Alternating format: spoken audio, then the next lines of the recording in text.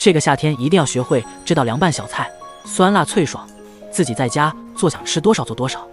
把黄瓜拍碎，然后斜刀切成小段，把木耳和腐竹给它焯个水，然后捞出控干水分备用。凉油下锅，炒几个花生米，放入屏幕上的几样调料，用热油激香，然后加盐、鸡精、生抽、米醋、蚝油，搅拌均匀。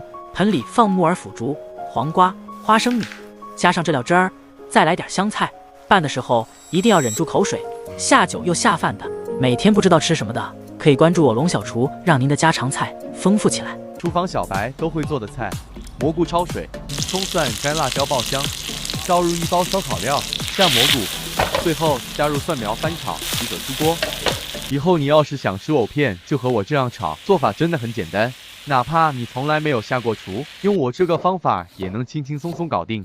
树上摘的莲藕切成厚一点的薄片，水开下锅，放1勺白醋，能让藕片不容易发黑，而且吃起来更脆。油热下五花肉，先炒出油脂，放蒜末、青红辣椒，调味只需要1袋好吃的爆炒酱，其他的什么都不用放。这种酱不管是炒牛肉、炒猪肝都非常好吃。炒香后倒入莲藕，每天都在用心的教做菜，能不能帮我点个小红心鼓励？谢谢了。最后放点大蒜叶，大火翻炒2分钟。当年就是因为这道菜，丈母娘让我告别了30年单身。为什么饭店做的麻婆豆腐那么好吃呢？